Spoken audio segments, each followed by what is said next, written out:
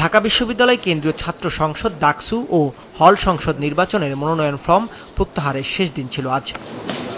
সকাল থেকেই বিশ্ববিদ্যালয়ের সিনেট ভবনে চিফ রিটার্নিং কর্মকর্তার কার্যালয়ে মনোনয়ন প্রত্যাহারের জন্য আবেদন করেন কয়েকজন। জাতীয়তাবাদী ছাত্রদল কেন্দ্রীয় কমিটির সাংগঠনিক নির্দেশনার আলোকে আমি এখানে এসেছি আমাদের প্রার্থীতা প্রত্যাহার করার জন্য। আশা করি বাংলাদেশ জাতীয়তাবাদী ছাত্রদল এই প্যানেলের আলোকে ঢাকা বিশ্ববিদ্যালয়ে একটি চূড়ান্ত জয় নিয়ে এসে ঢাকা বিশ্ববিদ্যালয়ের প্রায় 40,000 শিক্ষার্থীদের কল্যাণ সাধনে কাজ করে যাবে।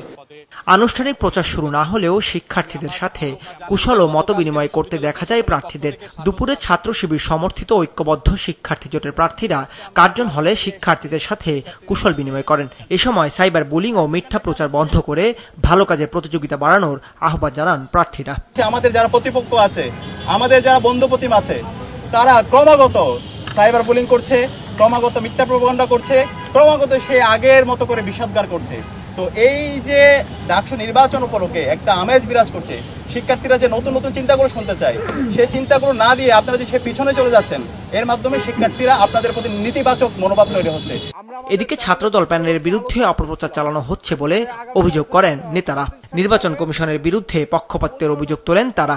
আমরা যেভাবে প্রচারণা করতে যাই না কেন, সেটাকে নিয়ে আমরা আশঙ্কা করছি বিভিন্ন গুপ্ত সংগঠনের সদস্যবৃন্দ আমাদেরকে নিয়ে মব করার সম্ভাবনা আছে।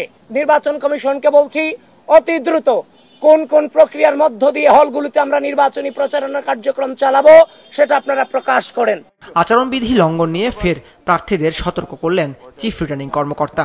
এই পর্যন্ত মেজর কোনো ব্যত্যয় ঘটেনি।